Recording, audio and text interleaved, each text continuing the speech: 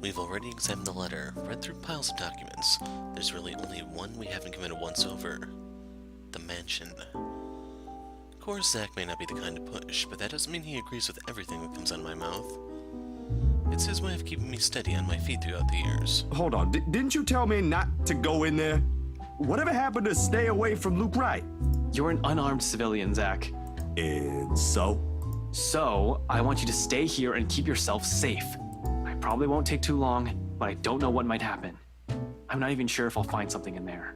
G will keep an eye on you guys. If you need anything, that woman shows up, just holler. He'll help out, no questions asked. You don't even need to explain anything. He's not willing to concede, not from the manner he grips his knees or the rigid set on his jaw. I'm going with you. You can't go in there alone, Ash. I heard something. The morning I was there, I heard someone scream, and then there was a woman crying, and I don't know what's going on inside that mansion, but I am telling you, you shouldn't face whatever's inside alone. Before I can stop myself, a heavy breath escapes from my mouth. It's one of those times where Zach means well, but he's completely missing the point I'm trying to make. When things take a turn for this, when he gets in a mood like this, he is almost as headstrong as Isabella. How and where do I even start? I think this one. I'd feel better if I don't have to worry about you. There are only two ways this will end. I agree with him and take him with me, or I agree with him and drop the idea altogether. Neither appeals more than the other, especially when we're all desperate for answers and a way out. If all it'll take is a little more honesty to make him drop this harebrained idea, so be it. Look, man. Bro. Z-Man. Zach. Zachary, listen. I know you only want to help. Like hell! This ain't just about helping, Ashton! You're throwing yourself in the thick of it, on your own! Was your fall last night really that bad? Did you hit your head hard? I honestly can't tell if you've gone stupid or just plain suicidal. A little bit of category A, a little bit of category B. My head's okay, Zach. But it won't stay that way if we don't do anything about this. Someone has to. Seriously, this is already a desperate move. The longer we dally, the faster we're losing our options. Do we even have one? Looking back at it, this whole business with the ghost seems perfectly set up to drive us into a corner. Either until we lose our mind or she gets us. It's starting to feel as if there isn't an escape. We've already become her playthings the second Isabella found that letter. That our lives are in her hands ticks me off big time, but the idea of watching the people I care about die helplessly, more so. They're much safer here than with me, is a selfish thought I know, born out of fear. So in case things go awry, the very last thing I want to happen is for Zach to take the fall with me. I've already made enough mistakes. And that means it's just you. Just me. Suddenly he clams up. Although his actions, the restless shift in his shoulders, his mouth pressing close in a tight line, and how he starts off again in a quiet note. It all gives away his real thoughts, long before two words have even made it out of his mouth. I'm sure you already know about this. Maybe this is you trying to make amends, or whatever. I don't know. You're making your own decisions here. But if something happens to you, it'll be just that. There'll just be another dead body out there. Please, don't do something like this. Don't worry. I'm not stupid enough to get myself killed. I just want things to go back to normal, Zach. Another dead air follows at the heels of that one admission. The meaning of my words too heavy, too striking. It stunts us into another lull. Optimism aside, we're both aware that's impossible. We're going to have to deal with the trauma right after. There will be the images, the voices whispering inside our heads, the foreboding feeling, the stench of blood, gore, and death trailing after us. We may survive this, but those things, they will remain in us for a long time.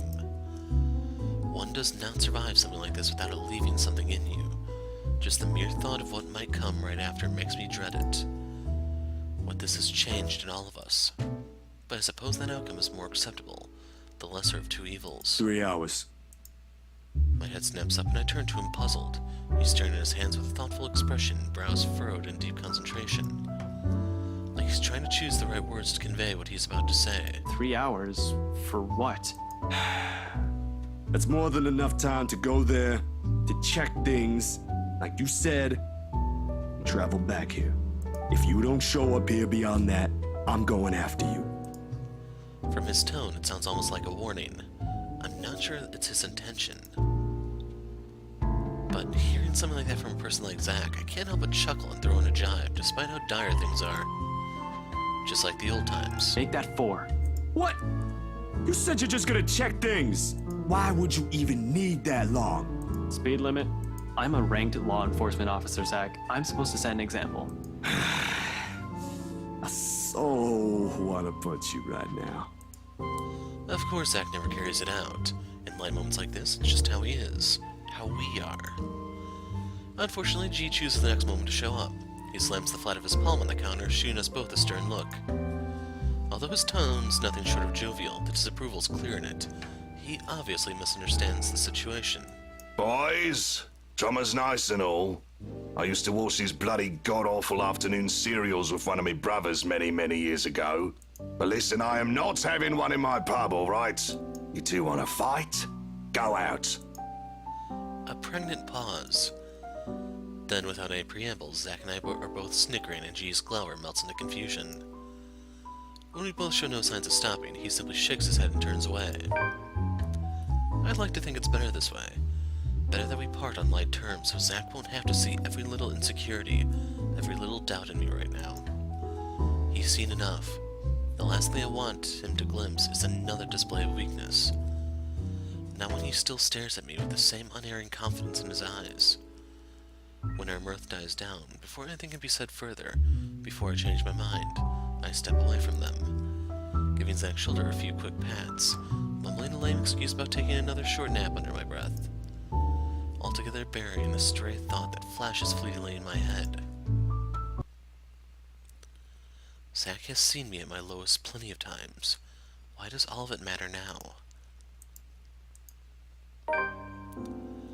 The sun hangs lower when I stumble back into consciousness and drag myself downstairs. Around this time, the patrons usually start to trickle into the main lounge until it reaches a peak around midnight. Today, however, it remains thin. But considering what day it isn't too worrisome for the kind of business G runs. He's always complained about the lack of a decent crowd on a week start, although he doesn't really begrudge his customers for it. No one wants to start the week with a bad case of a hangover, after all, even him. Which makes the concern look he gives me come off a bit too odd. With the kind of danger we're in, this swiftly puts me on the edge, even before sleep completely fades from my mind. Something wrong, G? G hums, but there's an undertone of annoyance in it despite his casual and open movements.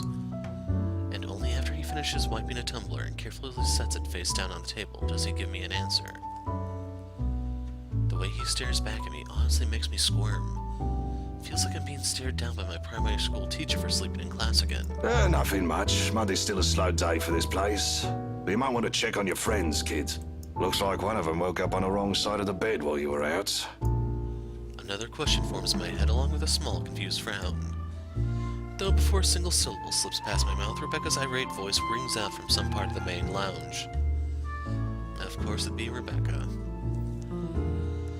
From the sound of it, it appears woke up on the wrong side of the bed is a complete understatement. Alone? You know we can't just go in there. But we don't have any other choice, Becca. There's really no other way. We have to go there.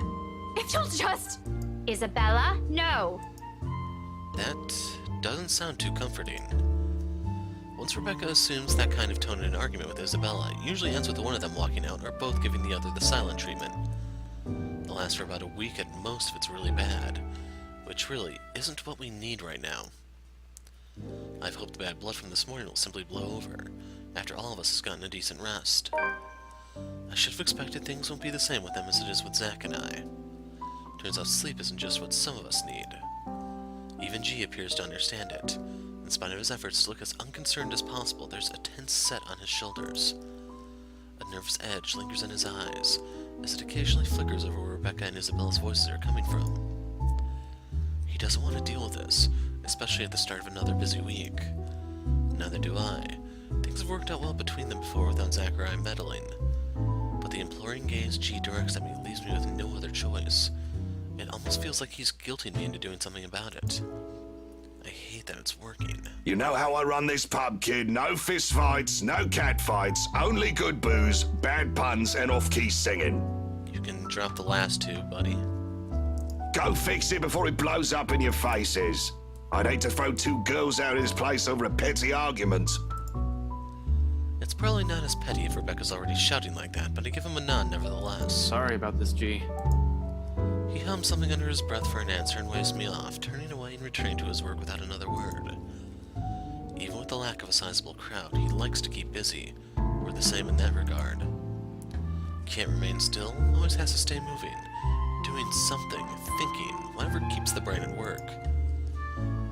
I leave it to him shortly after. Rebecca's voice rings out once again, followed by Isabella's. A part of me wants to thank him for all the trouble he has taken for people he barely even knows. Once this is over, I should probably find some way. In the meantime, I have this immediate problem to fix. Gotta get to this before it turns into a shitstorm both of them will regret. And I know both of them will. For all of Isabella's complaints about Rebecca's bossy attitude, or how annoying Rebecca sometimes finds the other's childlike demeanor, it's a friendship they both cherish in their own way. Rebecca's already on her feet when I spot them in an almost deserted area of the pub. I'm willing to bet my entire life savings that people are staying away only because of the brewing storm. Rebecca can have quite the mood when she's crossed. I can't speak for Isabella. I rarely ever see her seething, but from what I've heard, it can be very unpleasant. The way she's glaring up at the redhead from her seat, regardless of how much the other woman towers over her right now, already says everything. Empty plates have been left neatly piled on one corner of the table they occupy, a conversation that turns sour sometime after a late lunch then. Good thing they're already done and nothing's left to be spilled. Because in the next moment, before I can approach and intervene, Rebecca slams her palm on the table. It sends the silverware clinking sharply against the surface. Isabella flinches momentarily, we both do, though she shows no sign of indication of surrendering in the face of Rebecca's temper. Everything escalates from there. You've already gotten us in enough trouble because of this let a ghost everything. You're blaming me again. And you can't expect everyone to fix your mess. You keep on putting the blame on me, but you're the one who didn't listen. All of you! If you just listened in the first place, maybe this wouldn't have happened. But you're too busy acting like you know what's best for everyone, when in fact you're the one who's being selfish. I'm the one who's selfish. Yet you're still going to do what you want anyway, even if the people around you are already beside themselves with worry. This is how you've always acted since we met, and I'm tired of it. Sometimes I wish you never even came here, because all you've given us is a headache. You know why I had to come here. My dad. Your dad has nothing to do with this. It has always been you and your whiny, careless self that has always been the problem. Maybe I should have stepped in earlier. Maybe I should have said something the moment Rebecca slammed the flat of her hand on the table, or the second I've entered the area. Either way, it's too late to act. Harsh words have already been hurled between the two. Words more cutting than any blade, each and every one of it digging a wound too deep in the person they've been aimed at. For a long time, Isabella sits there in silence while Rebecca stands unmoving, arms crossed and breathing heavy. Despite the lack of words between them, they're both vibrating with anger, refusing to meet the other's eyes. Ever so slowly, the atmosphere in the room turns thick and smothering. A strained air no one in the immediate vicinity, including me, dares to break, until the ones at the center does so. Rebecca definitely won't. At some point in her friendship, she has grown to become a woman firm with her opinions. She's never going to back down from this, not when she knows she has a point. Isabella, on the other hand, there's always been a certain stubbornness in her. As frustrating as it is to see sometimes, it's what has gotten her through her life's hardships. Perhaps even the only thing that has. When you have nothing else, people tend to cling on to what little they have within themselves instead. But she also knows when to withdraw, when a struggle turns useless, a kind of awareness almost second nature to her. When enough is enough, Isabella abruptly stands and marches towards the exit, in fast, rigid steps, away from the hurt and painful words they've let fly earlier. She bumps into me in her haste, the impact nearly knocking her off her feet. Instinct kicks in at that moment, and I reach out for her, grabbing her arm in a steadying grip. Surprise flits across her face, an expression mirrored by Rebecca behind her. Neither of them have noticed me. However, that doesn't mean I won't have things to say about this. Okay. Rather than answer, once her shock subsides, she merely averts her gaze and hastily wipes the tears off her cheeks, like she only noticed them in that moment. Then without another word or even meeting my eyes again, she gently brushes away my hand and runs off, leaving an awkward hush in her wake. Rebecca soon slumps on the chair Isabella has just left, gingerly reaching up to press the bridge of her nose and breathing out a ragged exhale. Arguments like this have always drained both her patience and energy, usually more than her rowdy students do despite being no stranger to it. It's no excuse for her to say those things though, and my disapproval must be clear on my face. When she finally glances back at me, her exhaustion immediately shifts back to annoyance, her mouth curving down to a tight frown. I cross my arm in response, waiting, a reaction verging on instinctive in the face of her irritation. Regardless of my opinions about this, I don't say anything yet, not until she's the one willing to talk. Another minute passes while we stare each other down, but eventually she breathes out again and relaxes her rigid posture. What do you want, Ash? If you have something to say, just tell me, or I'm going back upstairs. Did you really have to say it like that? Well, how do you want me to answer her? Do you want me to just let her go there and do what she wants? I know you won't be too happy if I did that. That's a low blow, Rebecca. Even for you. We all know she wasn't even planning on staying here this long. There was no need to bring it up if all you wanted to do was stop her. Did you even see how she's acting? She's not a child anymore. Even my students can do better. Becca, she'll listen if you'll just ask her properly. I know you mean well and you do have a point, but please be a little more thoughtful next time. Go think about it for a while. Miracle, the whole discussion ends right there. Rebecca elects to stay silent, or at least, it's how it seems when a minute or two passes and she says nothing.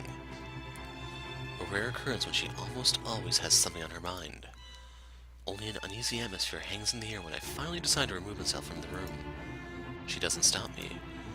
Instead, something inexplicable flickers momentarily in her eyes, one that quickly disappears until only a vague notion of it remains in memory. But in that one exchange, I've caught a short, clear glimpse of what has shifted, of what's inevitable. So much has changed throughout the years, we will never be the same person we once were. And if it's for the better, we've yet to know. A lull has descended in the main lounge once I return. G's nowhere to be seen. People continue to trickle out instead of in, and by the time I get back, only 2 tables remain occupied. Soon these people too will be gone, and the whole place will be devoid of anyone. Frankly, its current state already lends the place an entirely different vibe. Along with the soothing strum of strings and the steady beat of drums playing overhead, there's a calming sense to this. A far cry from the times I've been here before. And perhaps it's for this reason why Isabella has chosen this place to retreat. She sits quietly in the furthest corner of the room, in one of the tables set right beside the windows. She usually keeps the curtains closed around this hour, but a small portion of it has been pulled back, revealing the busy streets outside. The late afternoon light spills right through it, outlining her small form and pooling on the surface of the table, where both her arms rest. In her hand, she flips a piece of folded paper, turning it from one side to the other without any purpose. The letter. A small frown creases her forehead while she stares at it, yet there's something oddly tranquil in the picture she has unknowingly painted. Something I can't bring myself to disturb, if only for a few seconds. It's one of those moments again. The rare ones. The ones where she's too still, too quiet, a complete opposite of her usual self. But it's these that often leave a mark. Not her cheery disposition or her lively attitude, but these short few seconds of wordless silence where the softest sighs and the slightest movements sing louder. The small, minuscule things that tell you about the person and her strength more than any words can express. It's these that carve a vivid memory, no matter how brief it lasts. She glares at me annoyed, and just like that, all of it melts away. Gone is the stillness, replaced quickly by the teasing and friendly jibes. Back again to what we're used to, what's easy, what's familiar, where every truth we hope to convey regrettably goes unsaid between us. You're going to destroy an important piece of evidence if you keep doing that, Belle. But she's far from angry. A bit upset, maybe. Who wouldn't be? While I do agree with Rebecca, her words still hit below the belt. Regardless, Isabella doesn't seem like she'll start shouting at me, at least compared to every other people I've aggravated, intentional or otherwise. Some light talk may just do the trick and coax her out of this mood. Come on. If you keep staring at the table like that, you're going to bore a hole on it. I really don't want to OG a new table. He'll pick the most expensive one and leave me begging on the streets. She levels a quick glance at me, her expression dry and impassive enough to drain every color out of the room. It's as if I've just told her a terrible joke and she's expecting there'll be more of it. Really now. She needs to give me more credit than that. My jokes are funny when I want them to be. And I really don't care. I'd even take pictures and post them online. Go away, Ash.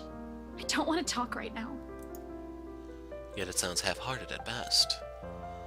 Like what's happening has already sapped every bit of energy in her, and all that's left are the words. Pretty soon those too will lose their meaning and leave a hollow shell in their wake. It's already unusual to see her like this. Everything has already gone to shit. I'd like at least this one thing to stay normal. So somehow we manage. We continue for the better half of the hour, talking, joking, with her short, feeble responses and banter that never goes anywhere. But it's enough. In the grand scheme of things, amidst the chaos and death shadowing over us, it's these little inconsequential moments that matter. It's her smile, her laughter, when it finally rings, easy and free of her burdens. Okay, I have another one. I don't want to hear it, Ashton. Go away. No, really, listen. I know someone who talks like an owl. Will you leave me alone if I bite and ask who? A pause. And then she frowns as the realization slowly dawns on her. Confusion flashes fleetingly across her face before eventually settling on a grimace. Oh. Suddenly, she hugs her arms close to herself and looks away, perhaps in her best attempt to stay angry. To no avail. In a matter of seconds, her shoulders shake with laughter she's trying to contain. You're awful, and I really hate you. Just leave. It's contagious. Her mirth. Soon I'm joining her in it, briefly forgetting every problem that has piled up and continues to weigh down on us. Laughing without reservation or care until only a familiar warmth lingers, once both our amusement ebbs away. Somehow with her, these things have always come easy. Feeling better? A little. You're still lame. But you're laughing right now.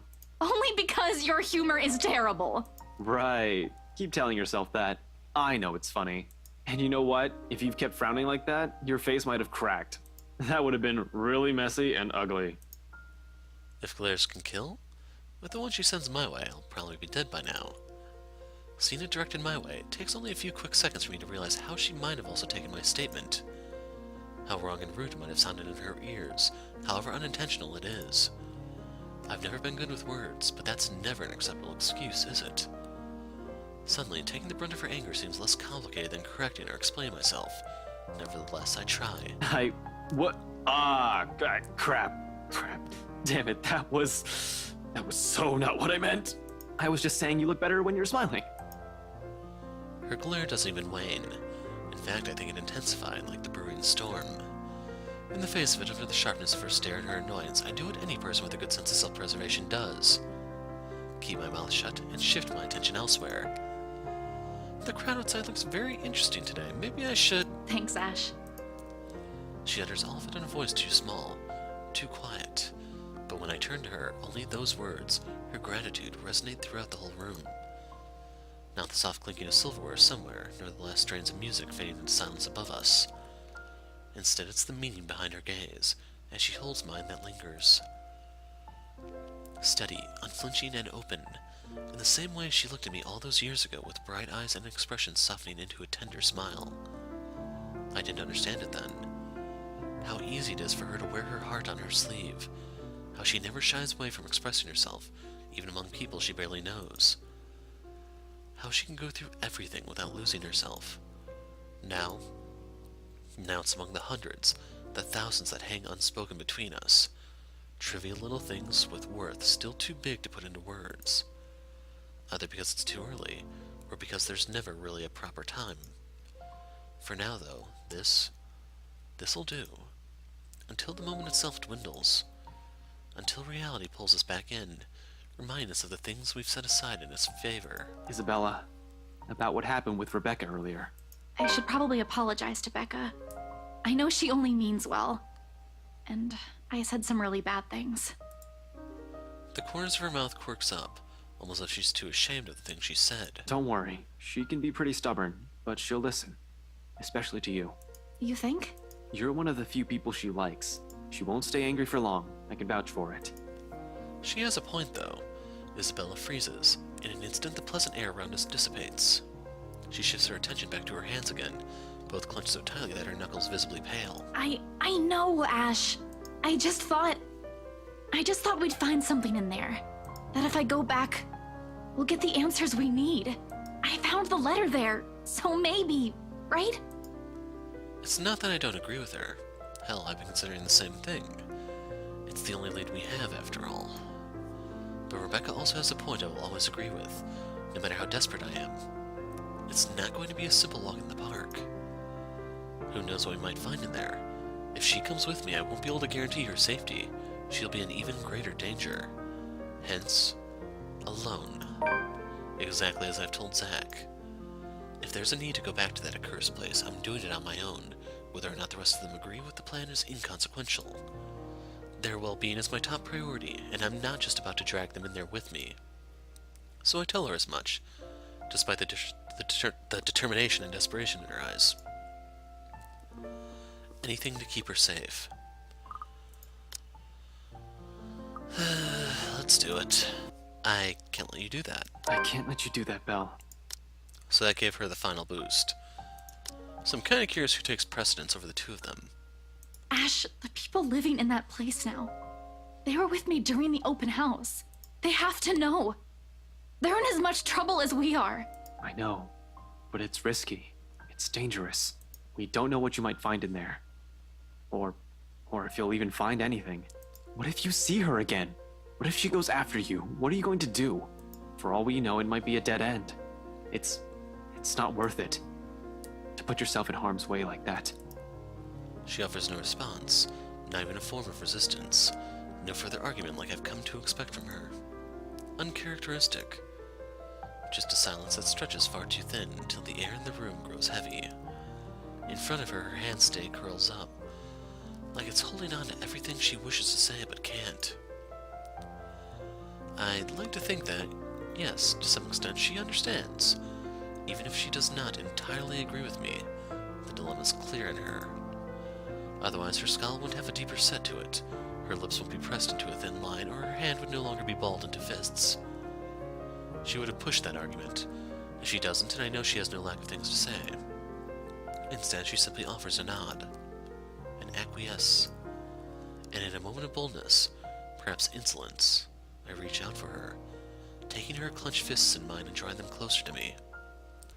She sucks in a breath, soft and sharp, but doesn't say anything, merely watching as both my hands cradle hers.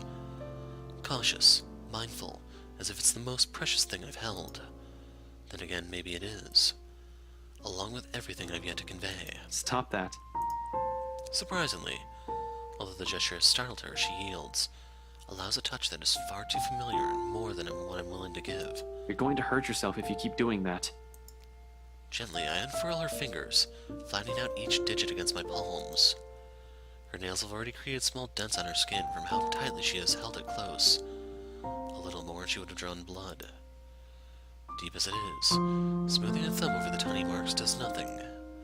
But it's a small gesture we both find comfort in amidst the chaos, and all at once the tension lifts.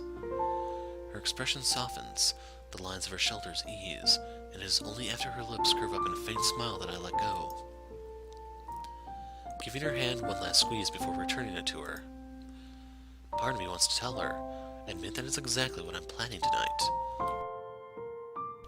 What good will it do, though? I've already told Zach, one person is enough. Hell, simply letting someone in on the plan makes me iffy. Broadening that circle and revealing too much would just cause another pointless concern. But someone has to be aware, at least of where I'm heading off to in case, in case things don't pan out. Expect the worst, even if I've only intended to do a quick survey of the place. In my own words, risky. It's best that I simply leave it as it is for now. Isabella doesn't need to be burdened with the worry my entire scheme entails. I stand up as soon as footsteps shuffle from the next room, its cadence slow and hesitant. Shortly, Rebecca comes into view, clutching her hands firmly in front of her and sporting the same uncertainty in her face. She casts me a cursory look, then shifts a nervous one to Isabella, who studies her with an almost hopeful gleam in her eyes. Their fights never did last long. Belle, can we talk? Alone? Her interruption could not have come sooner, and I'm all the more glad for it. Whatever kind of friendship I share with the two, this remains something for only the two of them, much like my own with Zach. I'm the outsider. They don't need me here. It's all the reason I need. Muttering an excuse and flashing Isabella a quick knowing smile, I beat a hasty exit out of the main lounge and leave them to mend things on their own. Before Isabella can say what she's been mulling over. Before the last imploring glance she directs my way forces me to change my mind. It's another lasting image that firmly etches itself in my memory, one that spurs the conscience among other things. I just hope I won't regret what I've chosen for myself tonight. Galway Shaw's Monday night crowd, although small and barely occupies a quarter of the whole pub, provides ample enough cover for anyone who wishes to leave the place unnoticed. Just exactly what I need tonight. With the lively music and chatter slipping out, mostly unseen, becomes a piece of cake. Without much trouble soon enough, I find myself staying outside under the chilly Luxborn night. A gust of wind picks up shortly after I step out, carrying the telltale smell of an impending rain. I'll give it about an hour or two before it starts. From the looks of it, tonight will be another downpour, maybe even stronger than the one we've had this morning. On instinct, I hunch further into my jacket, hugging its thick material closer to my body while I weave my way through the lines of empty cars in the parking lot. The letter crinkles in my pocket with each step I take, though I pay it no mind as I hurry towards my car. I've nicked it minutes ago from Isabella's belongings on my way out. If this is all connected, I need this damn piece of paper with me. However ridiculous as it sounds, I'm quite sure it won't be missed either, but I can't waste time here and wait for her to find out, can I? 4 hours is all I'm giving myself to get this done. 3 if I'm inclined to go by the rules Z-Man set, but when have I ever? Regardless of how generous that is, each second's just as important as the next. So I hurry, one footstep over the other, echoing as I make a beeline for my car. But as with every plan, problems crop up at the last second. It's practically a universal rule. And it does. In the form of a lone figure waiting for me next to my car. Rebecca turns just as I near, the corners of her mouth twitching up in a wry smile. She offers no greeting except for a slight tilt of her head. Even as my pace slows and I look at her with all the unvoiced questions in my eyes, she remains wordless, merely throwing her head back and shifting her attention up at the starless sky when I come to stand beside her. Another gust of wind blows as she breathes out a sigh, weary, thick with something close to resignation. The breeze carries all of it away while she hugs her arms closer to herself to keep warm, which raises the question why she's out here. The air's already heavy with the promise of rain. With clouds obscuring the view, there's really nothing left to look at but a dark blanket of nothingness.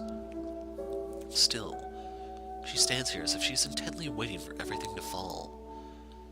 That or she's here for some other reason. But before I can voice a single word, express disapproval of any kind, she raises a halting hand at me, sharply cutting off the rest of my question. I'm not here to stop you. Wherever it is you're planning to go off tonight, I won't be able to anyway. You look like you've already made up your mind. Go back inside. It's going to rain soon. It'll probably be even heavier than the downpour we had this morning. You wouldn't want to be caught in it. I will, in a moment. I just want to stay out here a bit for some air, away from the noise inside. Everything's been so chaotic these days. This little break is nice. Even if it means standing in the middle of a parking lot, of all places. Getting out of this mess would definitely be better, but hey, you take what you can get, right? It'll be over soon. The confidence in my own words surprises even me. How do I know? Why am I so sure? When in truth, what I'm about to do is a last-ditch effort. If this fails, if I don't find anything, we're back to square one. It's the last lead I have. After this, we have nothing else to go off from. Regardless, it seems to amuse her, and her laughter soon sounds above the murmur of the distant traffic, and and the light drafts sweeping around us. How I wish. I'll be content as long as she stops showing up in my mind whenever I close my eyes. I think that may take some time. The brain doesn't easily forget trauma. I can try, but you know, it also did a lot to us. Tell me about it. The back of my head's still smarting from my fall last night. Not that kind. I'm talking about us. As people. I hate to admit it, but this whole deal with the ghost, with the curse, it also brought out an ugly side to us. To all of us. And it made me realize plenty of things. About myself, about us. Rebecca trails off. Suddenly, a pensive expression spreads across her face. I've seen it countless of times before. And every time I see it on her, it's usually followed by a memory. A silly story or even something embarrassing I've said from childhood. Unlike me, you'll much rather forget. She remembers each of them so easily. And after a short bout of silence, when she smiles, I know this is one of those times again. Do you remember that one time, back in secondary? Which one? We did a lot of dumb things back then. Well, I did, but you get the point. Mandy. I thought you still don't like her. Don't tell me you've kept in contact with her. Are you guys friends now or something? Oh no. We do see each other sometimes. On the way to work or when I go out for lunch, but it's nothing like that. We're not friends. Not in this lifetime. I don't think so. I don't think we'll ever get along, but if it wasn't for her, we wouldn't even be friends, yeah? You stood up for me that day. And from then on, things have changed. She makes it sound like I'm some sort of a hero. Mandy was in the wrong, of course. I'll defend her. If no one's going to stand up for her, who else will? Chances are it would have escalated, and who knows? Maybe she would have stopped going to school or transferred. Any decent human being with an ounce of sense should know better. I acted because I know what I'm doing is what's right. It's as simple as that. Yet she smiles as if it's worth more than that. A fondness that goes beyond nostalgia. I guess what I'm trying to get at is, this time, I don't want this to go unsaid. You know, just in case something happens. Ash, I've always been in love with you. She says so plainly, holding my gaze in a voice too frank, that her admission stuns me into silence. Like the wind has suddenly been knocked out of me in one fell swoop.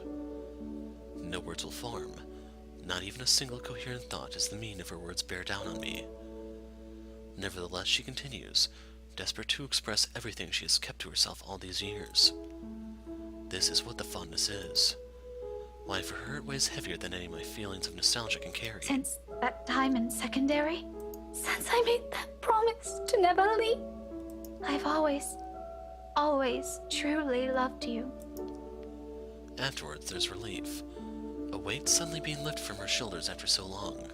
She closes her eyes and lets out a breath.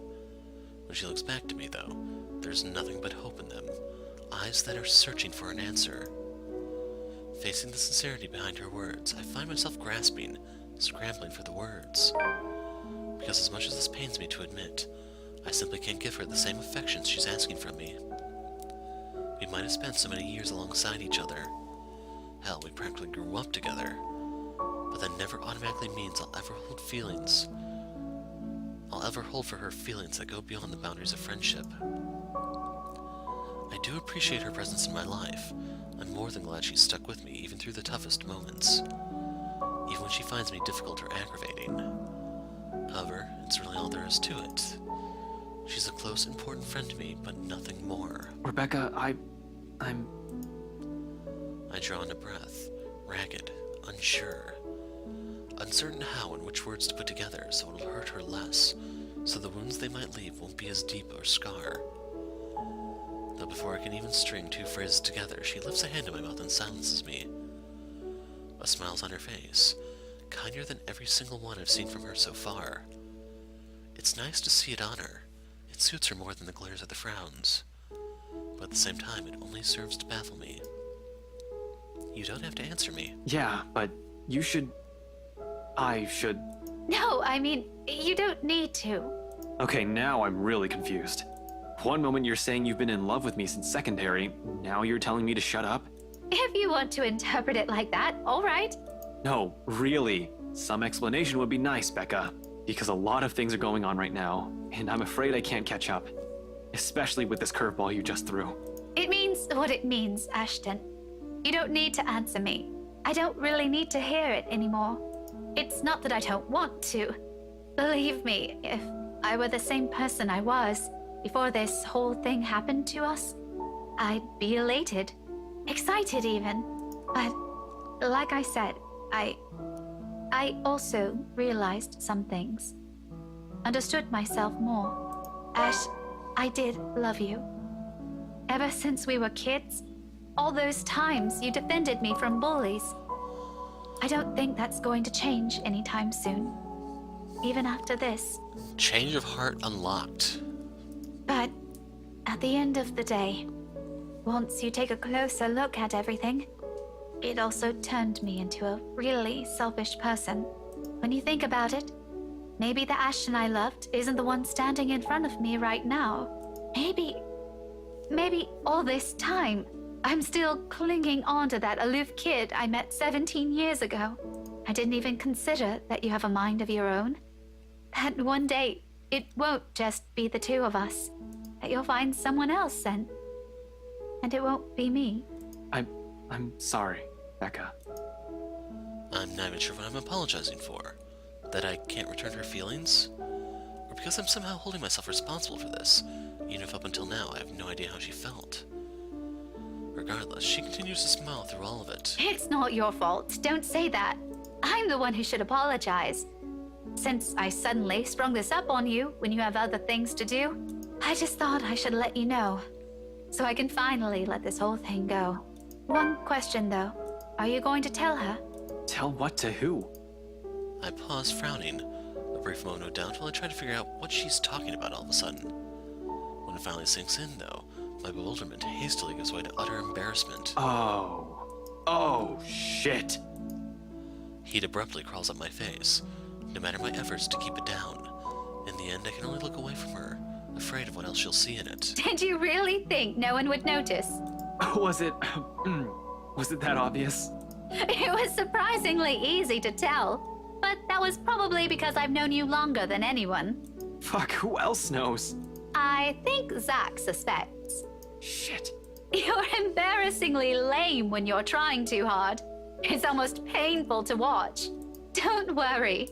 With your terrible way of flirting, and knowing her, I'm quite sure Belle has no idea, even now. Not even a clue.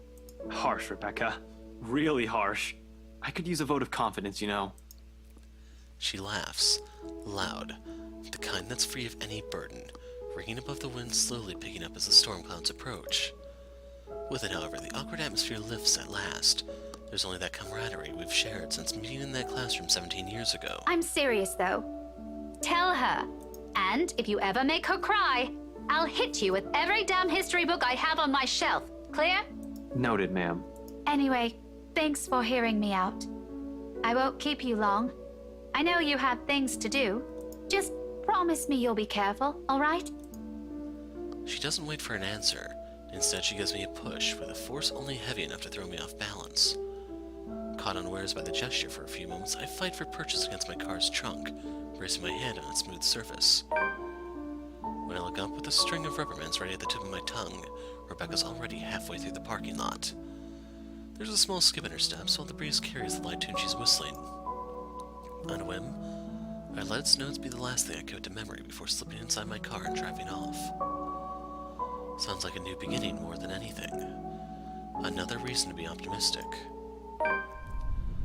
Within 10 minutes, I'm driving out of Luxport and heading straight for Anselm Village. In the distance, flashes of lightning light up the horizon, white and sharp against the black curtain of the night.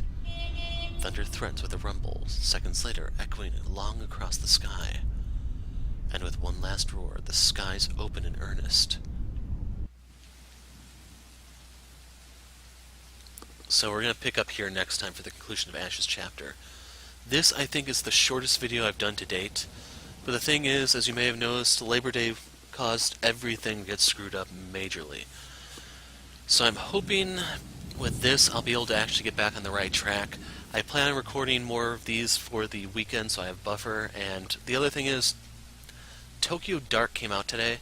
When I tried to record this back when it was in beta or whatever, it came out horribly. I'm gonna see if this is actually somewhat better, and if it is, I'll probably be uploading that alongside this. And basically once I complete the Everyone Lives chapter, this is going to be a little bit of a back burner thing, and I'll do different videos as we go forward. So keep in mind, I still will do the true ending. It's just I'm going to probably do Hannah's chapter. I might even skip through that, as I mentioned some of the commenters. You'll seriously just see me push the skip button. You'll see the choices I need to make. For Zach's chapter, his should already be uploaded and work. What's the tree I'm looking for? For Marianne, hers... I don't think hers matters, so I can just skip through hers. For Rebecca, I have to show hers, I think, because stuff will be a little different. And then, of course, Ash and Luke's chapters will have to be shown in full, because those will vary the most. So in case you're wondering about the true ending schedule, you seriously may see like a 10-minute video of me speeding through Hannah's and a 10-minute of Marianne. And then these three might get normal treatment. So hopefully that brings you up to speed on things, and we'll resolve Ash's chapter tomorrow. I'm the Hero of Light. Thanks for watching, and goodbye.